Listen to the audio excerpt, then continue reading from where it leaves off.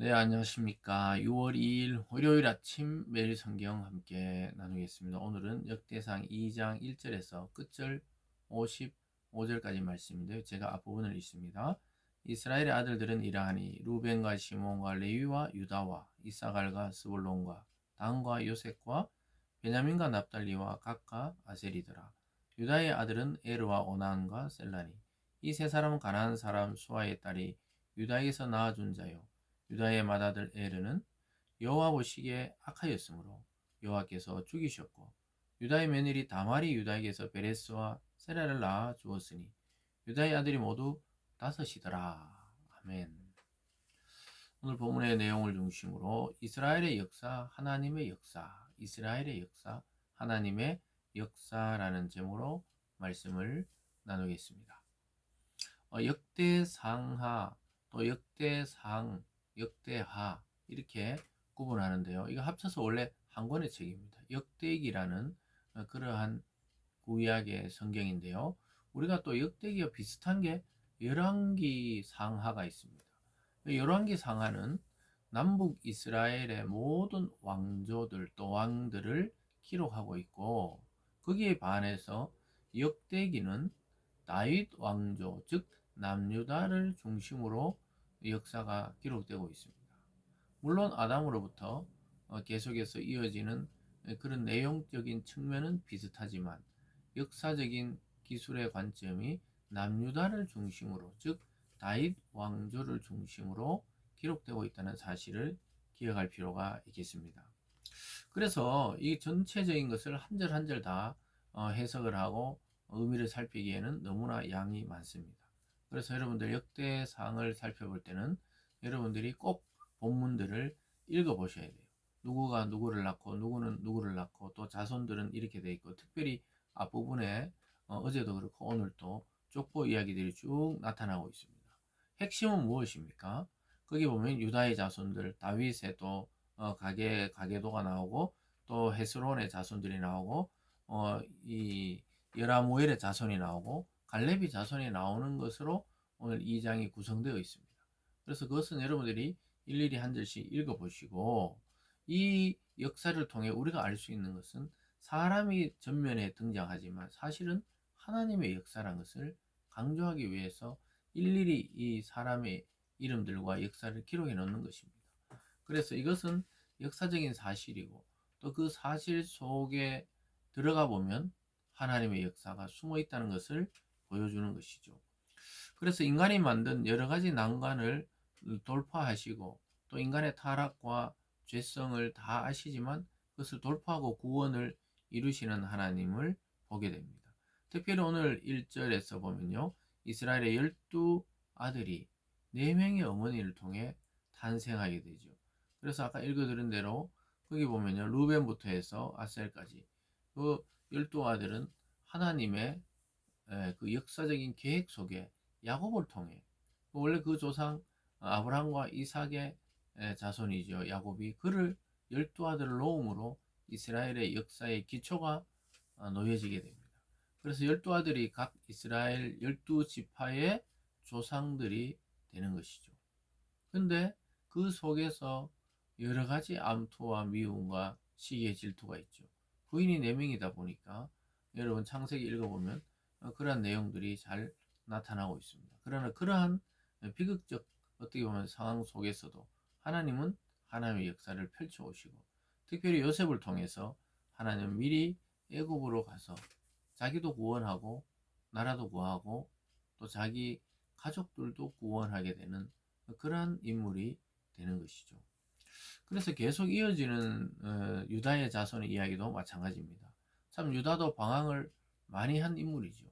믿음의 공동체를 떠나서 가나안 여자와 결혼하고, 그 아들들은 막내를 빼고는 또 다말이라는 며느리를 맞이했는데 어떻게 다 죽게 되었어요. 하나님이 그들을 미워했다. 그들의 죄악이 너무 컸기 때문에 치신 것이죠. 그런데 놀랍게도 유다가 또 며느리 다말이 변장하고 그 씨를 얻기 위해서 또 그 시아버지와 관계 속에서 아이들을 낳게 됩니다. 그 나중에 유다가 그것을 알고 굉장히 자기가 회개하고 돌아와서 이스라엘의 넷째 아들이었지만 맏아들처럼 그런 권위를 하나님이 주셔서 그를 통해 결국은 다윗이 나오고 그를 통해 결국은 그 가문에서 육체적인로는 예수 그리스도가 거기서 탄생하게 됩니다.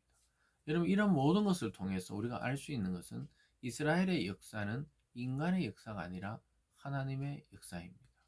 오늘 우리에게 좀 적용해 보면요. 우리가 개인적으로 살아가고 또 여러분이 섬기는 교회나 가정이나 또 민족이 우연히 생겨나서 우연히 살아가는 것 같지만 실제로는 하나님의 역사가 배후에 있다는 것입니다. 그래서 우리의 완벽함이 아니라 우리의 믿음을 하나님은 보시는 것이죠. 이 완벽한 인물이 없어요. 특별히 그 믿음의 자손 중에도 거기 7절을 보면요. 갈미의 아들은 아갈이니 그는 진멸시킬 물건을 범하며 이렇게 되어 있습니다.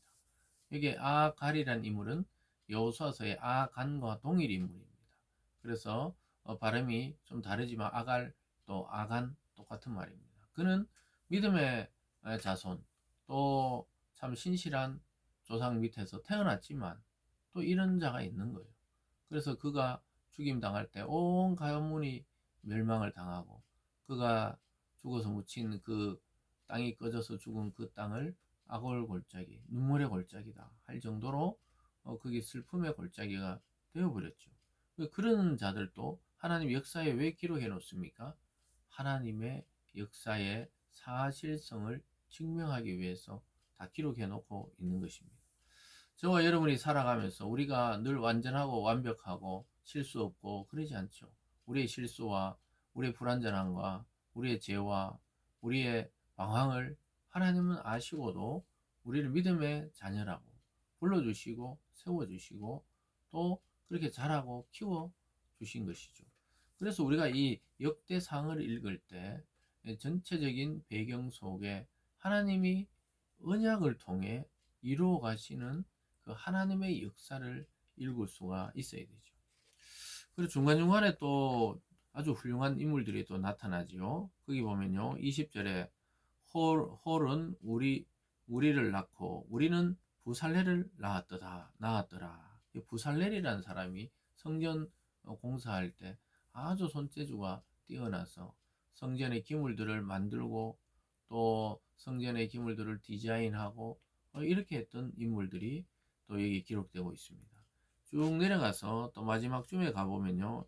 이런 말씀이 있죠. 55절에 야베스가에 살던 서기관 종족 곧 디랏 종족과 시므앗 종족, 수갓 종족이니 이는 다 레갑의 가문의 조상 함맛에게서 나온 겐 종족이라. 여러분 겐 사람 이 들어보셨죠? 겐 사람 또 레갑의 가문 이 사람들은 아주 독특하게도 하나님을 믿는 믿음이 있는 사람들이었지만 떠돌이 생활을 했습니다. 들판에 천막을 치고 유목민으로 생활을 했어요. 그 이유가 뭐냐? 자기들은 신앙의 순수성을 지키기 위해서 그렇게 살아간다고 고백하는 것을 성경을 통해 보게 됩니다. 이런 내용도 다 기록되어 있어요. 그러니까 역대상은 성경 전체를 집약해 놓은 언약의 완성판이라고 할 수가 있겠습니다. 어쨌든 레갑의 가문은 이 개인적으로 살아가면서 그들은 타협하지 않고 또 세상에 물들지 않으려 했고 물론 그게 무조건 옳다 아니다는 아니지만 신앙의 순수성을 유지하며 살아갔던 것이죠.